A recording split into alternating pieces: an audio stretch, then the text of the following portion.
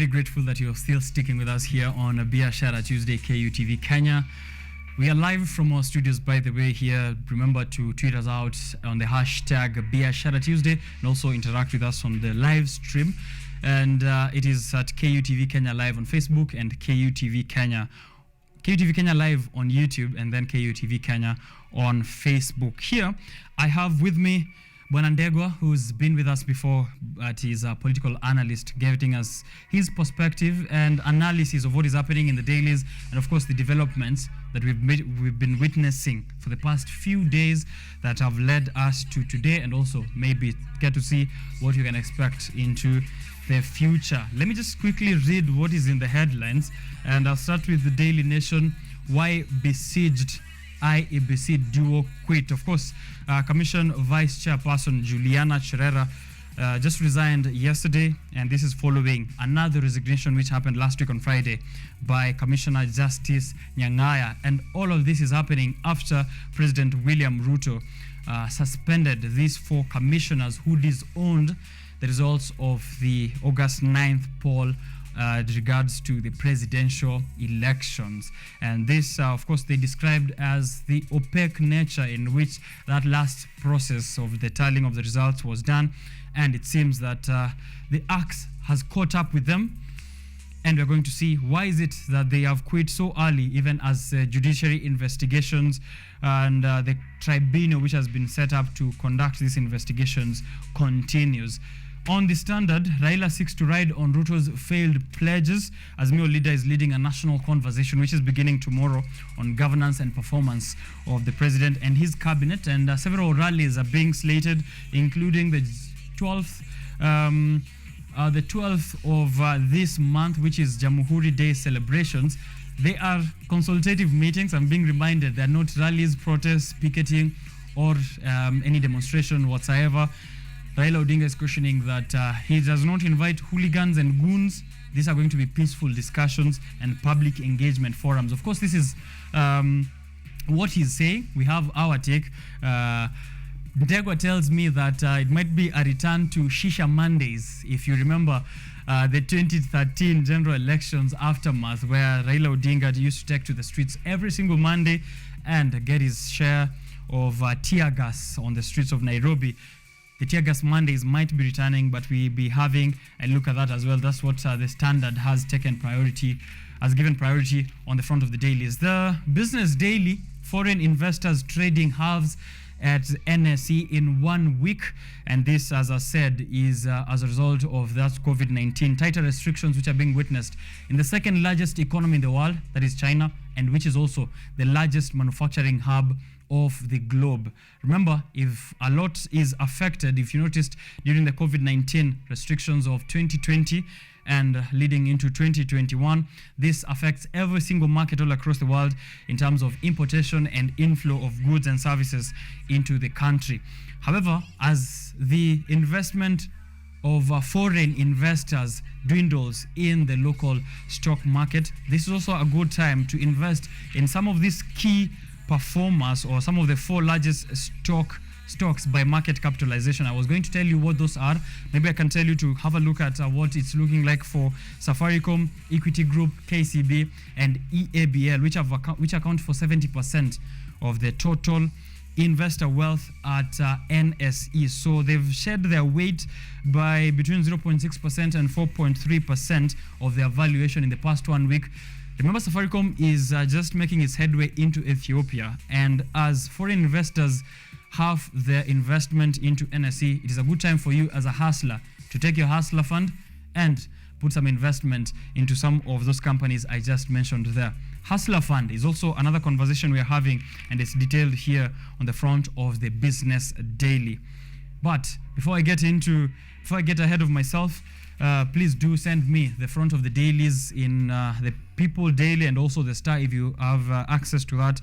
This is 60 Kenyan shillings. You can grab yourself a physical copy, but also online at, I think, 20 or 10 bob. Get the e-paper and also get to discuss with us even further. I will ask my producer and director Ryan Ngure to also queue up the cartoons, the editorial cartoons on the Standard and also the Daily Nation. We'll be having a look at that at the end of this discussion.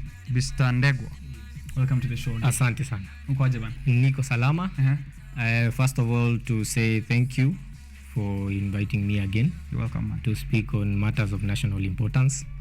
And also to mention that I'm also the chairman for the NARC Kenya Youth League, so that nisirudi pale wanipige kwa sababu sikuwataja. Kabisa. Asante. I'm glad to be here. Yes. I think the last time we saw each other was before elections? Yes, before elections, and a lot has happened since then. Which is also interesting to see how things are folding out and the direction of the country going forward. Right. We've had ample time to look at the developments. Very true.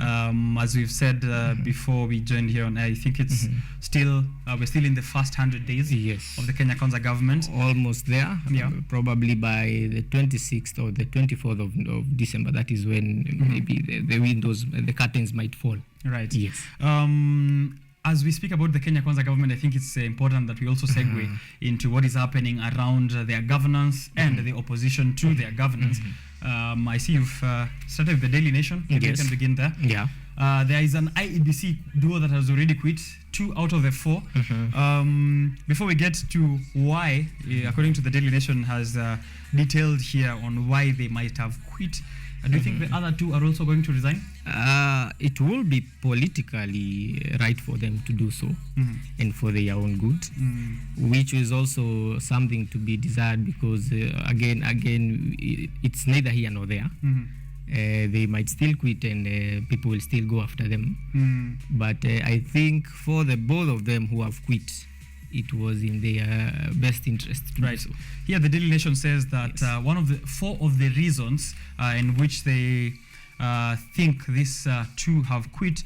Let me just maybe quickly read through that. Criminal sanctions, of course, for the fear that the tribunal might turn them into a lynch mob. There's public ridicule and grilling. We have been following up on this case, trying to see exactly what went wrong during the day of the announcement. If you remember, there was a split screen on the day of announcement. On one side, we were seeing Chebukati being lynched by a mob at the announcement of the presidential results. On the other hand, we saw 4 of these commissioners providing their own statement, saying they did not trust the results that were being announced by the chairman of the IEBC. The predetermined process, there's usually a fear that already the stone has been cast, the decision has been made. This is just a public process, but the decision has already been made and predetermined on how the outcome of this is going to happen, even as we see that President Ruto did already suspend them from office. And selfish reasons, possibly. There are benefits to resigning early, retirement packages and send-off packages as well. I don't know if they are able to get that, given that they have been suspended by the president, but looking at these reasons, what would you make of what is going on behind the scenes? Is there any speculation you have on maybe are there forces you feel that pushed these IEBC commissioners to resign?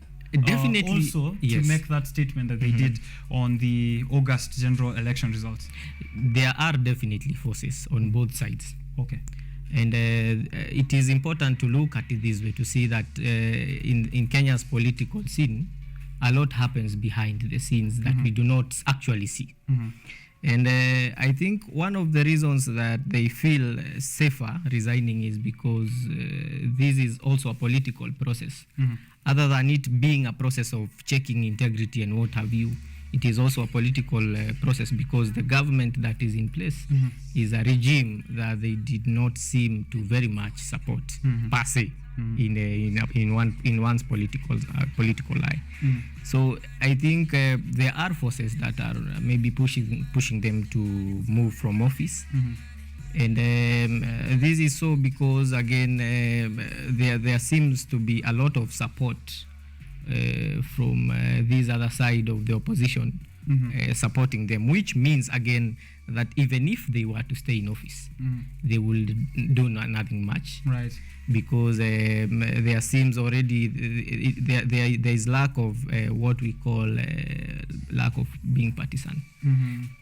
Already it seems even if they were to go on, that is, people will still view them in a particular way. As outsiders. Yes, as outsiders. Now, here's a question though. I think it's supposed to be, it is called the Independent Electoral and Boundaries Commission, which means that the position and the political take of the commissioners who are sitting on this IEBC should be independent.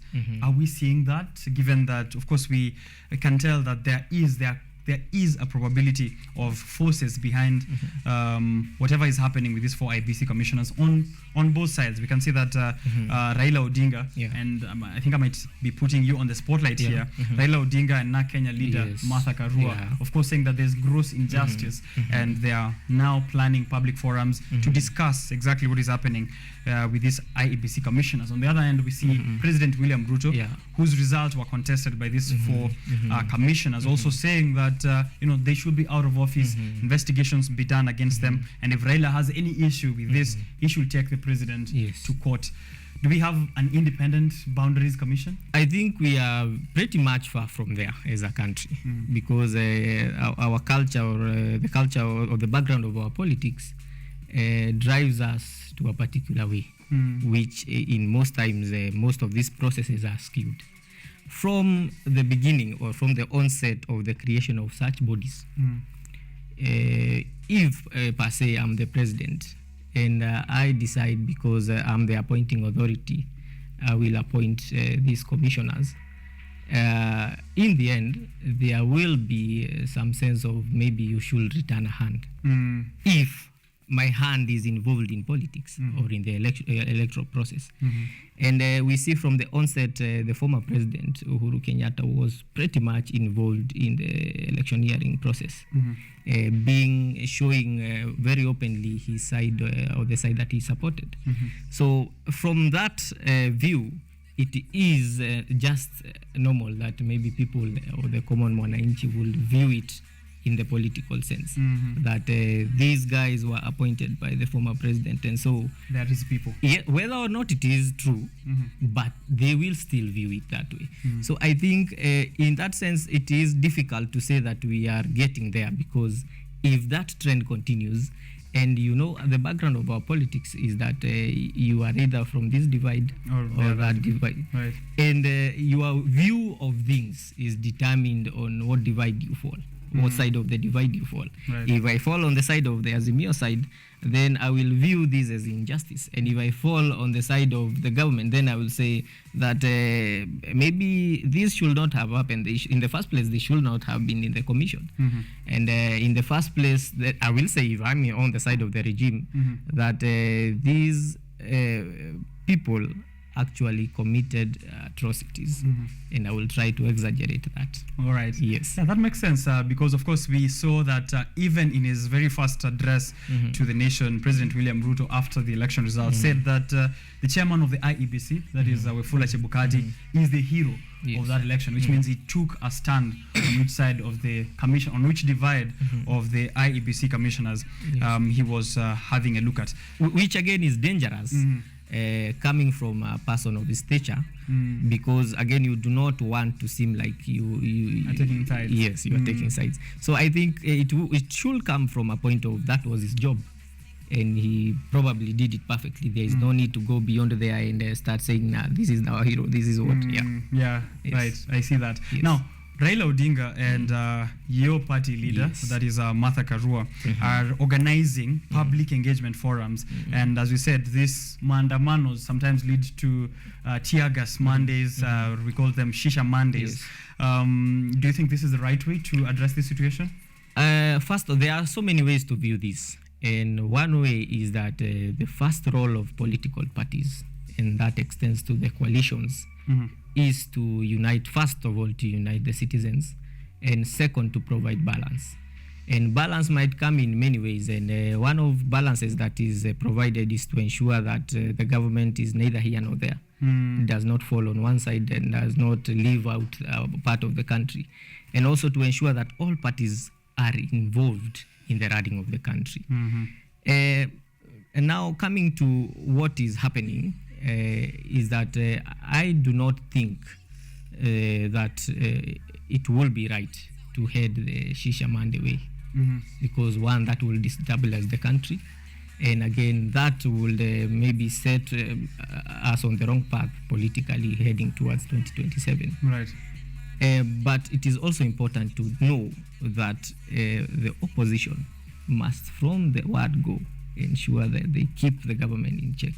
And now that we are heading towards the end of the 100 days, I think this is a good way to approach it, to ensure that these things that the government has not done and that they were promised are the government is called out in its various actions. Okay. That is a good move to follow, but that move should not extend to a point that it causes maybe destabilization of the country. Yeah. Demonstrations, picketing, yes, and all of those that we sometimes get to see from yes, the opposition. So if you have something that you can put through to the Azimio team, please fika pale public engagement forums. And Raila Odinga is saying that hooligans and goons are not welcome to those public engagement forums. You said the 100 days in, yes, almost 100 days into the Kenya Kwanza government, and Raila Odinga, of course, has accused President Ruto on appointing failed politicians, crooked businessmen, and mercenary activists, yes, as he mentioned, as he called them, to run ministries, while also turning the public service into a preserve of only 2 communities. We have seen a situation as one has been highlighted here, yes, on the Business Daily, where the current the latest appointment to the Communication Authority, that is the chair, Mary Wambui Mungai, yes, and seeing here development in the Business Daily, page 5, where the Kenya Revenue Authority is launching a bid to withdraw a 2.2 billion tax evasion suit against that businesswoman who's been appointed by President William Ruto to be the chairperson of the Communication Authority of Kenya. We've seen this before with other appointees to the CS positions whose cases have been dropped, to permanent secretaries whose cases have been dropped. We've seen even the deputy president, Rigathi Gachagwa's case, it's been dropped, and you know, they've said the land that is next to JKA is rightfully his. Is Raila Odinga right by saying that maybe President William Ruto is sanitizing some of these crooked businessmen and crooked and failed politicians, given that President Ruto came in saying that he was finishing dynasties. So it seems to me that dynasties are still pretty much alive. Yeah, I think, and in my very own opinion, I think that there is need to ensure that the president actually needs, and the government needs to ensure that they keep in check integrity, and that is in regards to chapter 6 of the constitution, because one of the pillars that the Azimio coalition were running on was fighting corruption. And again, now the government, now that being the case, the government should not seem like it celebrates corruption and lack of integrity, because if we move that way, then it means that we will pull back on the gains that we have gained in the very many years that we have been fighting for this as a country. And while on one side people might say that maybe these cases being dropped were some of the trumped up charges against people that did not seem to be politically correct. State capture. Yes, in the past. There is also a lot to be desired in the manner in which it is done, because most of these people actually, and not just in the public eye, actually did things that they should not have done while in office. We have seen appointments of the likes of the former governor of Kiambu County, Honorable Waitito.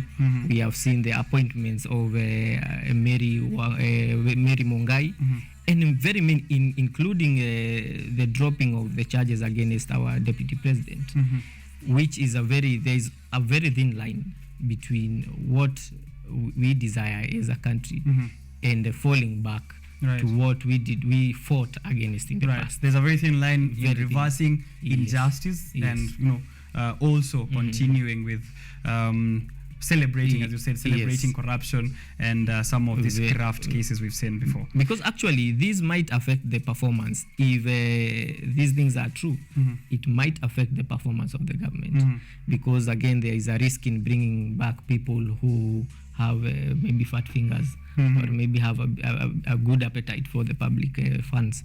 It is a very dangerous route to follow. Right, a very dangerous trajectory for us to head to, but you can get to read more of that and give us your opinion while we are still on matters of graft and a bit of the IEBC. Former IEBC chiefs, two of them, the former CEO has been also sentenced here to 4 years each in anti-corruption case that was heard in Nairobi, and they've been sentenced to 4 years in jail over corruption scandal relating to procurement of 1.3 billion Kenyan shillings worth of voter identification devices in 2013. If the CEO of the former CEO of IEBC has been involved in a graft of this scale and has been found guilty, and we know the issues that are currently facing the current cohort, as you called it, the current cohort of the IEBC, have we ever had a free and fair election? Let me actually begin from that. It is neither here nor there, because as I said, depends on what political side of the political divide you are on. But it is a very critical time for Kenyans to look into the issues of IEBC. And on one side, there is the issue of procurement. And on the other side, there is the issue of integrity in how they conduct the elections. Okay. While one might affect the other, there is also need for fairness to look and say that in this particular time, more than before, the IBC has actually gone ahead of itself and done better than before. But we cannot leave it at that, because we need a free and credible election in the coming days, and in the by-elections, and even in the future. So there is need to ensure that wrongs that are done are corrected, and that can only be done by placing in by using sanctions. And where wrong has been done, actually, in the case of Honorable Oswago, punishment must seem to be effected, and justice must seem to be done where necessary. So I think that is the only way that we can get where we need to. On one side, issues of procurement, a lesson to other public officers, and on the other side, a lesson to the future commissioners of the IBC, that you actually need to be on the lookout when given the job and do it well. Right. So I think these how this is dealt with is something that we need to look at. Right. Yes. Of course, also we are seeing that maybe we might see criminal charges being meted against this for IEBC commission. I don't know how that's going to work out now that they've tendered in their resignation, but criminal charges are being preferred against them, and we might see that in the coming days. So you can follow up with that story on the Daily Nation. Before you move away from that, I think that is what I'm saying, that we need to see justice being done. Right. It is not just a matter of whether or not you are in office or have resigned. Or you have resigned. It should be a matter of follow-up. Now it's okay, you have resigned, That's but we good. still need to follow. That's good. You have actually done what the Constitution has said, but we need to follow up and know, did you actually do this the wrong way or the right way? Right. Because I think, and this is in my very own opinion, I think these commissioners actually had what it takes to put this country in the wrong path and down the path of violence. Because again, how you handle such issues that are sensitive to the country really matters. Because going out in the public about this in the manner that they did, to some might seem like a very wrong move, while to others might seem like they were trying to protect maybe what you call integrity of the commission. Of the commission, right. But there is need to follow up and ensure that where wrong was done is actually punished. Right. And that can only be done in courts. Right. Yes. Ensure that you're following up on that story and giving us your views as well. It's important you mentioned there the manner in which they handled such a sensitive case, because, as I said, there was a split screen just suddenly during the announcement of the presidential results. And I have to say the truth, I was tense myself. Yes. You know, I was afraid whether I should be stepping out. I will safely be outside my door in 10 minutes time. Yes. And mark you, if not for how far we have come as a people, that was one moment that will have easily fallen into violence. Right. And that is something that we should worry about now going forward. Going forward. Okay. Yes. Definitely. Hustler Fund has been also one of those things that Kenya Kwanza government promised, and they've effected it as of December 1st of 2022 within the first 100 days. And millions of Kenyans have registered and started requesting for that. Remember, the repayment period is 14 days, in which on the 15 days you are marked as a defaulter, and there, of course, there are some terms and conditions in how the recovery method is going to be. Now, taking a look at the promises that were given by the Kenya Kwanza government, including this Hustler Fund within the first 100 days.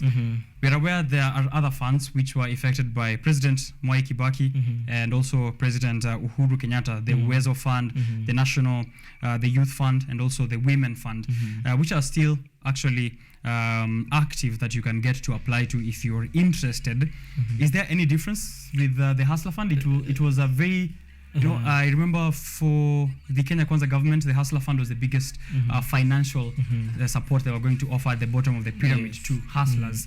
And on the other side, we had Raila Odinga promising 6,000 bob every single month to each household. I don't know how that would have worked out, but I can say from my view, I don't think the Hustler Fund has done much for encouraging economic boost of the hustlers. There might be no much difference from other what we have seen in the past.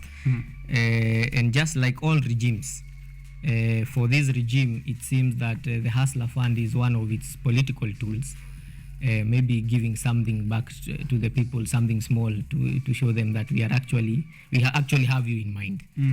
But I really would like to see how this goes maybe in the future, because there are two important issues that we should look at in this particular one. And one of those issues is the safety of information, because there is what the registration to get those funds, there is what you need to present to actually be viable to get the funds. And I think personal information is one of the things that we will be looking at going forward. And the other issue is whether these funds will actually get to the right people, because there is a tendency for people to borrow to satisfy needs that are not. And there is such temptations when the money, the cap is too little. And in this case, the limit for those people who are getting maybe 600 shillings, 500 shillings, 700, there will be this kind of temptations to actually do like what we used to see with Fuliza. To Fuliza, for a student to Fuliza, to go and maybe drink alcohol. But whether or not this is going to be effective is determined on how they carry out the entire process. Whether this will be a loophole for people to steal public monies. That is something that we also need to look at, because this, if practiced in the wrong way, might be a loophole. I would say, could they maybe have addressed some of those challenges which are facing current funds?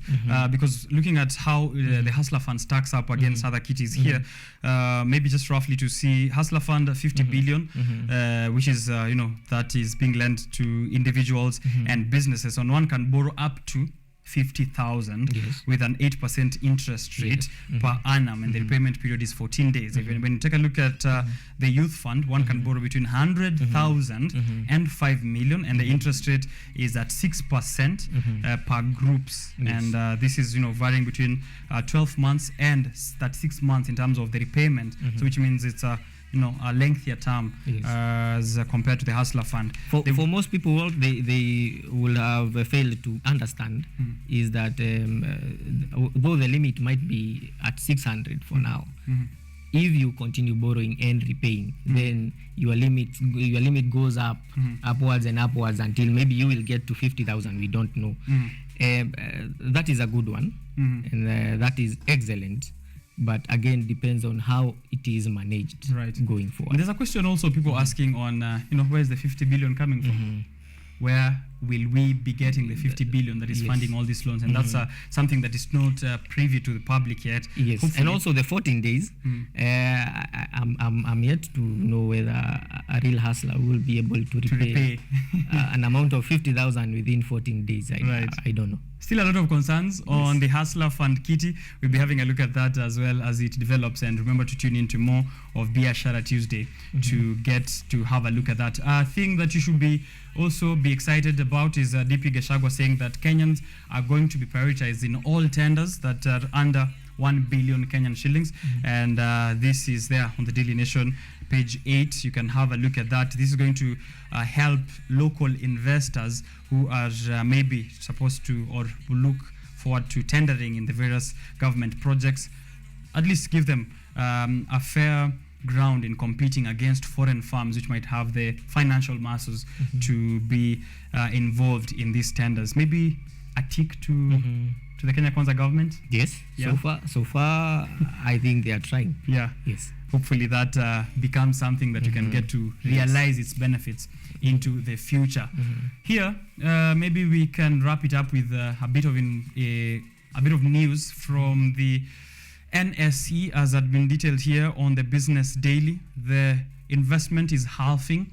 This is in the past week where we have seen protest and tighter restrictions due to tighter restrictions over in China, the second largest economy of the world, has shown new cases, very high infection rates of COVID-19, and that being the manufacturing hub of the world.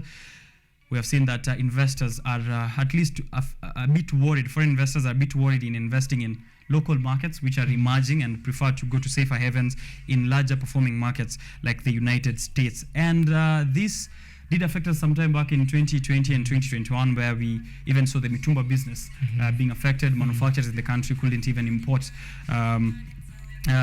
goods from China and all of that. Do you think we are going back to COVID-19? I also see figures in Kenya from the Ministry of Health. By last week, there was a day where we had 1,000 positive infections per day, and I know most Kenyans might not be aware of that. Are we going back to, should we be worried? We should be worried because of our behavior, because I think there is tendency to drop guard once something has stopped being in the maybe public domain. When the issues of COVID-19 and deaths stopped being on daily news, then people dropped guard. So I think it is something, and again, coming from an election where we interacted very openly and without really looking at issues of maybe wearing a mask and what have you, I think it is very easy to fall back to what we had in the past months. All right. Yes. I'm seeing here a few comments on the Hustler Fund. Maybe I can read that real quick as we try and wrap up.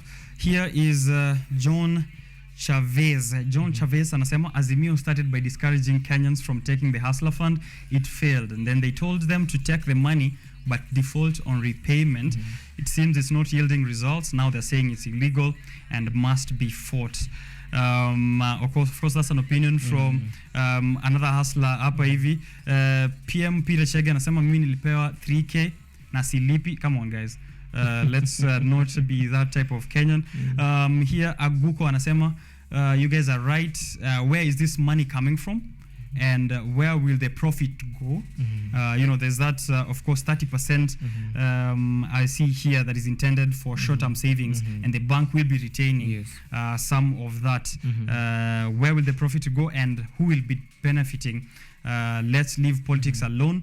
It is good that the government is not bad that the government is funding Mwananchi, but we should be having questions about where this money is coming from, because Parliament apparently has not approved any budget with billions of shillings to give Kenyans for free. And actually, it is a good thing. That is a good comment, because we should actually question, and that is the role of a citizen.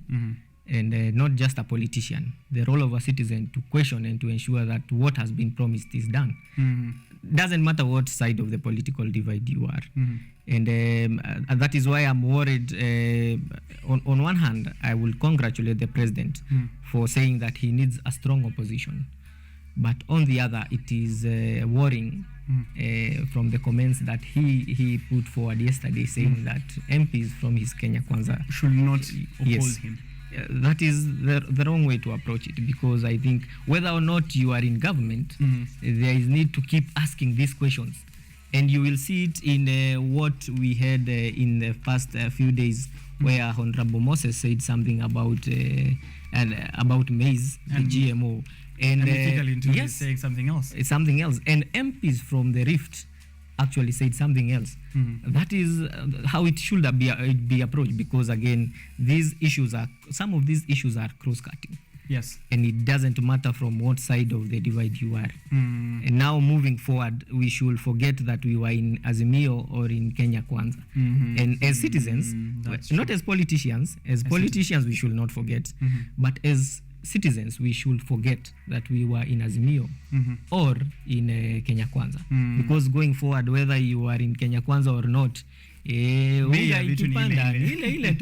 that's true. Yes. That's true. Don't criticize the government. That is what Ruto is telling his members of parliament on Kenya Kwanza. Naambia they might be tempted to join the opposition, but they should not do that. Actually, they should be tempted. Yes, they should. Of course, you will say that as a member of NAC Kenya. Yes. You are inviting them to join the opposition. They should be tempted, because again, for a better country, we need to maybe keep checks here and there. Right. Yes. Let's have a look at the cartoons, editorial cartoons from the Standard. There's only one by Ndula. Let's have a look at that. Ndula is Standard ama Daily Nation. Standard, Daily Nation, the editorial. That is what we have on the Daily Nation, on the editorial. Let me get your view on what you see. Unaona aje hapo? Hapo ni gari naona ya IEBC. Hapa ni gari ya IEBC. And what seems to be there's also a really good editorial cartoon on the Standard. People can be taking a look at that as we look at this one. Look at this one, yeah. There is what seems to be a caricature of His Excellency Dr. Ruto. Yes, and that's Cherera being bundled out. Yes, of the engine. Yes. I think that already someone's ahead of her. Yes. That should be Naya. Yes. Yeah. Yeah. Who's left in there? Driving the IBC. That is the chairman. Chebukati, yes. Yeah. It's a very interesting cartoon. Cleaning house on the IEBC. Yeah, you can get to think about it. Have you seen the one in the Standard? Not yet. The one in the Standard is Governor Johnson Sakaja in a class as a class monitor and is writing a list of noisemakers. Pale nyuma there is a priest holding a Bible making noise. Kando yake kuna mtu ako na pombe, so I think that should be signifying clubs. Kwa noisemaker list ya Sakaja hapo ameandika night clubs. Number 1 night clubs times 10. Yes. Remember how they used to alafu churches are number 2. Lakini kama watafutwa kwa hiyo list, yeah. In his list there seems to be too much inclination towards night clubs. Yeah. Rather than maybe noises from the churches. Let me get a rough comment. Let me get just a rough general comment from you about that Nairobi noise issue. What do you think? I think it is good that the governor is trying to get rid of noise, and which is commendable. Why is he not doing that? Why is he not doing the same for churches? But I think also there is need to regulate churches. This might not be a very popular opinion, but there is need to regulate churches, and not just churches, and also mosques and every other worship centers. Yes, worship centers. Because other than maybe having my right of worship, I should be careful on how far I go. I infringe the rights of others. Yes, because there is also tendency to think that because we worship God, there is tendency to believe that you should overdo it. You cannot overdo worshiping God, but you can overdo maybe practices that are not done by others, which might be infringing on their rights. That's true. It is good to worship, but I also think there is need to regulate some of this, because we have also seen cases where churches have been involved, and not just churches, where maybe bishops and what have you have been involved in what you will say eating where they did not sow. Yeah. Yes, or reaping where you understand. Yes, we are going to leave it that for interpretation. Yes. We don't want to also create more problems that's also already there. Read us the quote at the end of the Business Daily, and then I think we can wrap it up, this session of the newspaper review. At the back there of the Business Daily. Business Daily, yeah, there this one. should be a quote, the back page on the far right, last word. Courage is what it takes to stand up and speak. Okay. Courage is what, hey, I'm sorry. Courage, Get some courage. Courage is what it takes to stand up and speak. Courage is also what it takes to sit down and listen. Right. From Winston Churchill, I believe. Oh, okay. I hope you've been sitting down and listening. That takes a lot of courage. Continue doing so. It's 9:34 in the morning. We've just had that newspaper discussion with our political analyst here, Bwana. You said the leader of the NAK. Kenya Youth. Kenya Youth. And also, before you end it, I don't think I'll get this chance again, but I would love maybe to put up forward a request to the government of His Excellency Dr. Ruto to ensure that you fully involve the youth of this nation in your administration. I am aware that there have been appointments here and there, but I'm also aware that that has not been really fulfilled in accordance to the manifesto. And days back there was what was agreed between him and the youth in Kenya Kwanza. And whether or not we are in the side of Kenya Kwanza, I believe there are youth in that side of the divide. They should be taken care of as well. All right. Thank you very much, Bwana Ndegwa Ngugi, for that conversation with us. We're going for a short break. It'll be just a breather, and then I'm back with another conversation with Grace Ndethi, who is a trustee of the non-teaching staff at Kenyatta University, talking to us about Kenyatta University Staff Retirement Benefit Scheme. So if you're a staff at KU, but also if you're just a Kenyan, it's important for you to know how retirement benefit schemes work, including NSSF. What benefits can you realize from that? So don't go too far. Biashara Tuesday.